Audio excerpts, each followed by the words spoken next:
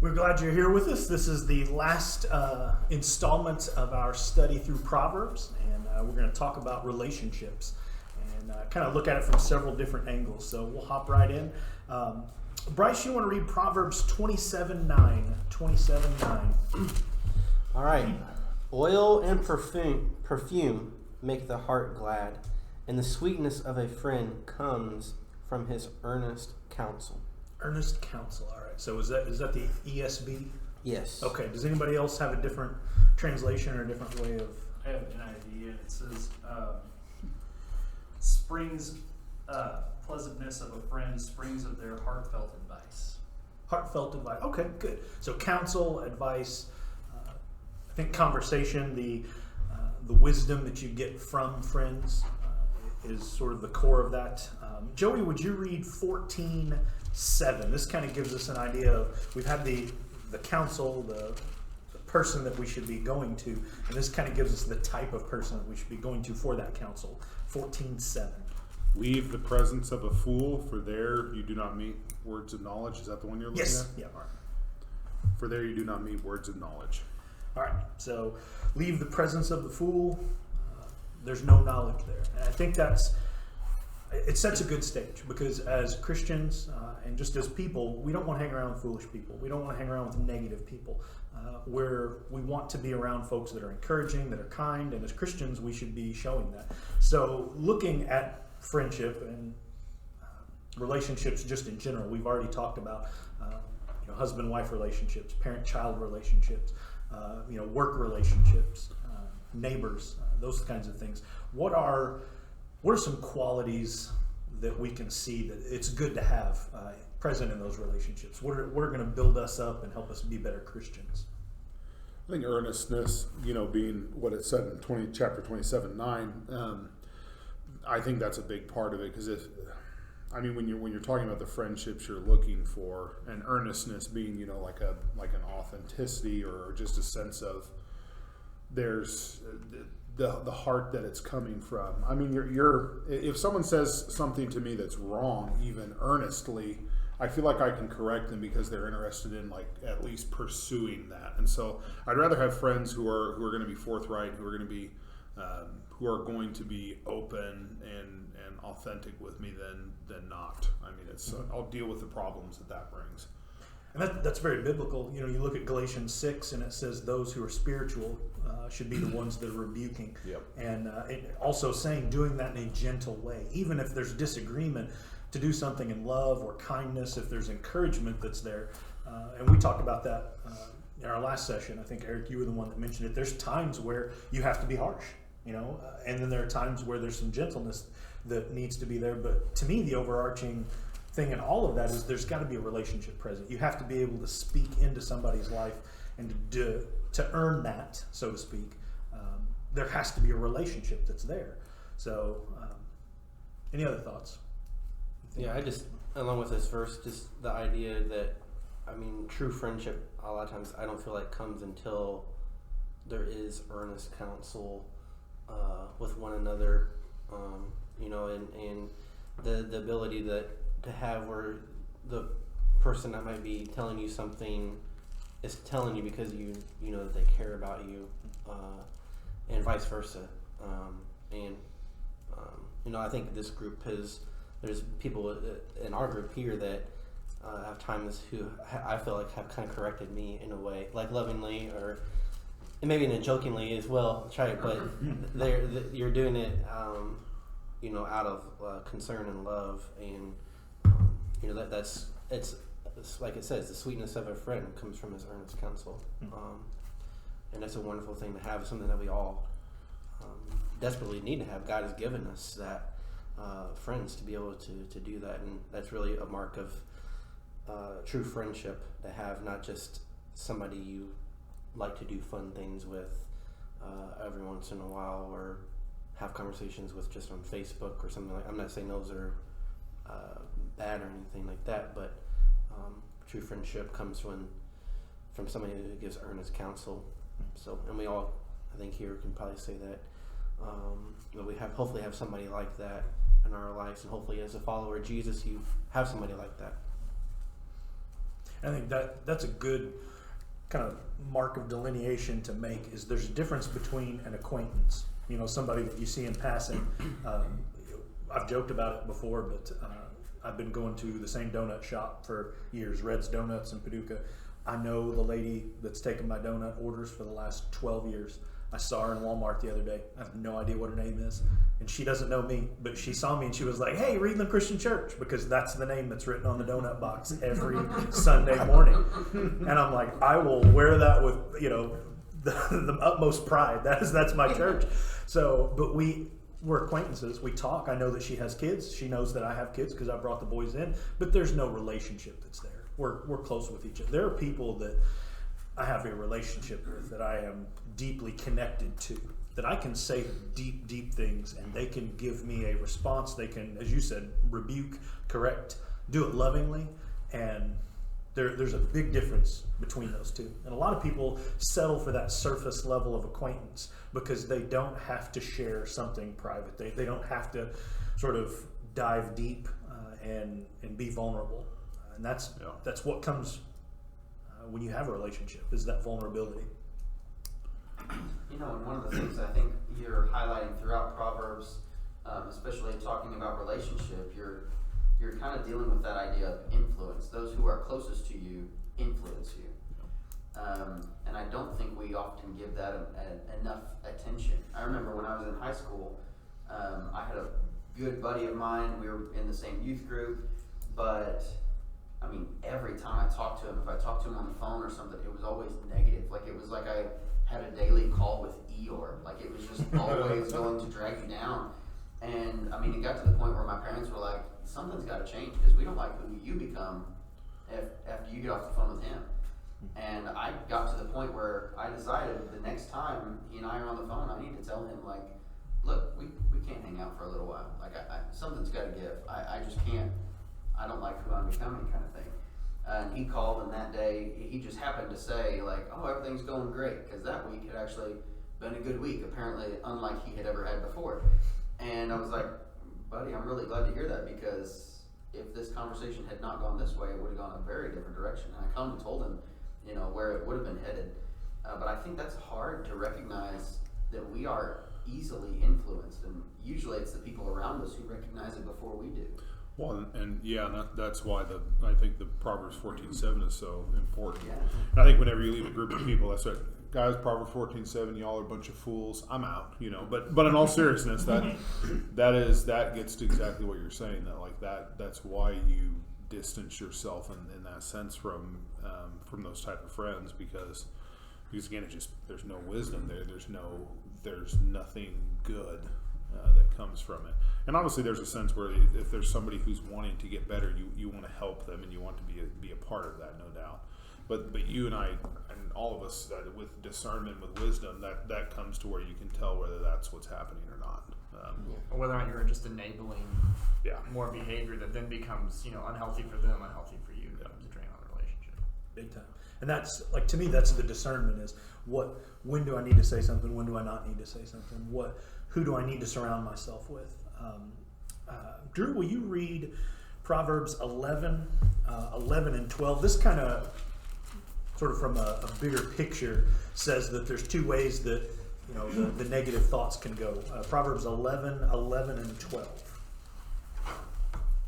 Through the blessing of an upright, a city is exalted, but by the mouth of the wicked it is destroyed. Whoever derides their neighbor has no sense, but the one who has understanding holds their tongue. Okay. So a city can be blessed by the upright being upright, speaking upright, but it's, the mouth of the wicked can overthrow a city. It can overthrow a friendship. It can be toxic to be around somebody. It's like, oh gosh, they're going to gripe about this. And even if it's something you agree with, there's only so much negativity that we can handle. Joey, you want to read chapter 25, verse 19? I think this is another good verse on discernment, like knowing who we should be around and who we shouldn't be around. Trusting in a treacherous man in time of trouble is like a bad tooth or a foot that slips. Thank you, ESV, for putting all the T's in one sentence. Right in there. So. That's good. I'd ask you to read it again, but I don't think I'm I can't do it again. Once was enough. that was it. So, I mean, that is, you get those negative people, and if you've ever had a tooth that's painful, if you've ever had a foot that hurts, every step, every movement, if you've ever had back problems, it doesn't matter if you're turning or sitting up, or there's just pain that's there. And to have somebody that's constantly negative, again, even if you agree with it, there's only so much about negative politics or negative local government or negative sports, talk that you can stand. Well, and that's it. Like, especially what he's talking about here in a time of trouble, like when you're in a struggle, if your own friends can't be relied on to be a help. I mean, I think we might have referred to Job last time, but you think of Job, where his friends were doing pretty good being silent, like that first passage we read. But then after that, they end up becoming more of the bad tooth or the foot that slips. They end up becoming this issue. And that to me is one of the most, like, when I think about the friendships I've had, loyalty is one of those qualities that places really, really high on the list. And loyalty doesn't mean this idea that I have to have a friend who thinks I'm always right. That's not it. There's just, I think my friend always has like my best interest in mind, and like is going to be committed to being always like probably one of my best friends still came through a time of trouble where he was extremely loyal to me and became a person that I could talk with and share with. And he was just a huge help, and we've sort of built our friendship around that time, and it's led to many other years of blessing through that. So yeah. Absolutely. And I think that the key is you can't just cut somebody off and say I never want to talk to you again. Although depending on how toxic the relationship is or how bad things are, it might have to get there at some point. I joke many times that if everybody took the Bible completely literally, there'd be a lot of people that didn't have hands and didn't have eyes, because Jesus said, if your eye causes you to sin, gouge it out. If your hand causes you to sin, cut it off. And as much as we don't want to look at that literally speaking, there are times when we might have to cut off a friendship because it's just not healthy.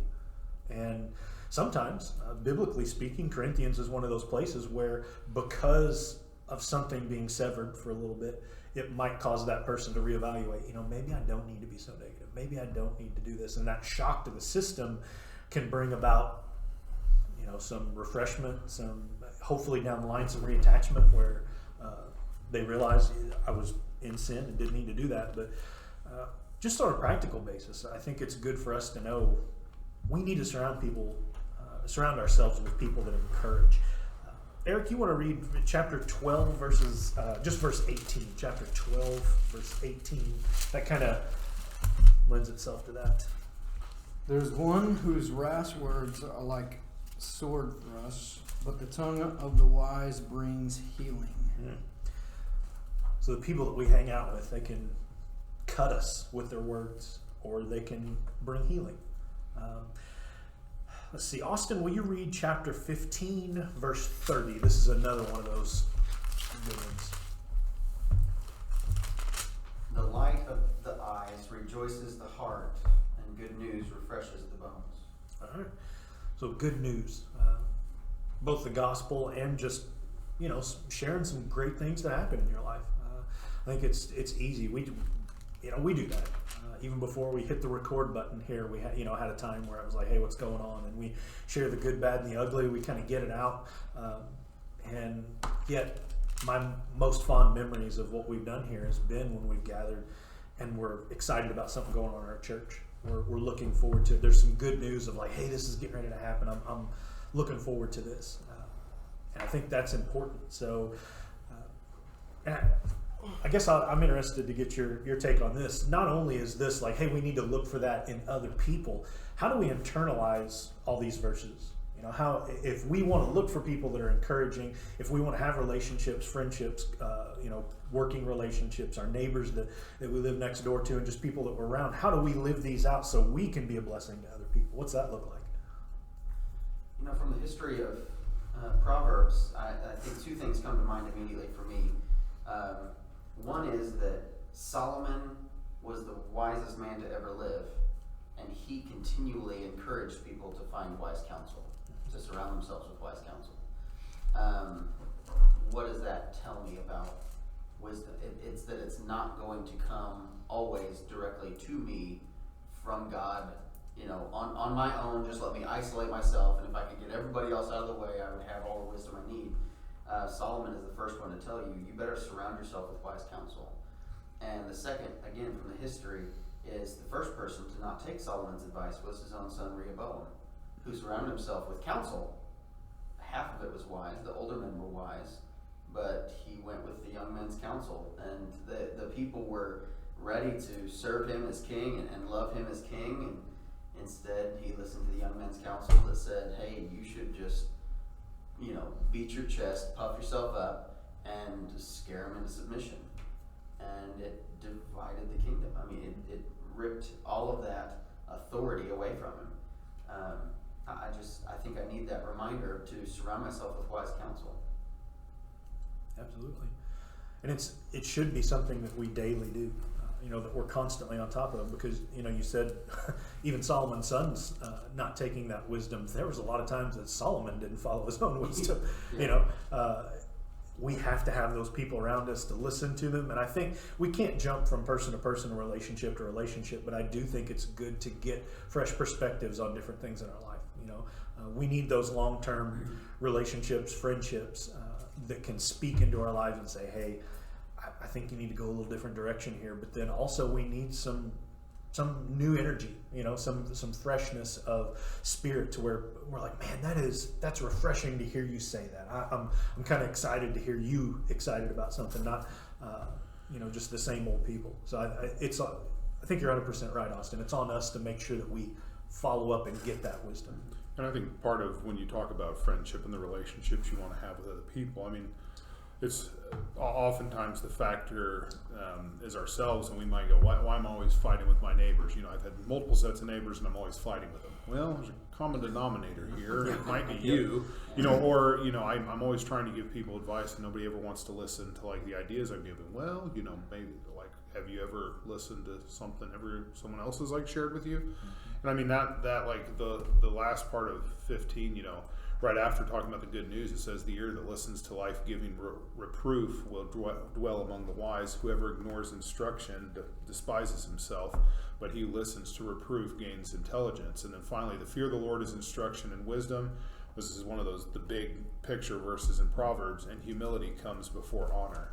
That this idea that humility comes before honor, because within friendships, like you become what you want to receive in the relationships you have with other people. And so the humility of being able to recognize that within yourself, that no one listens to me because I don't listen to anybody else. No one gets along with me because I don't get along with anyone else. I need to have humility in this and seek in the fear of the Lord God's wisdom, that we can be those kind of people.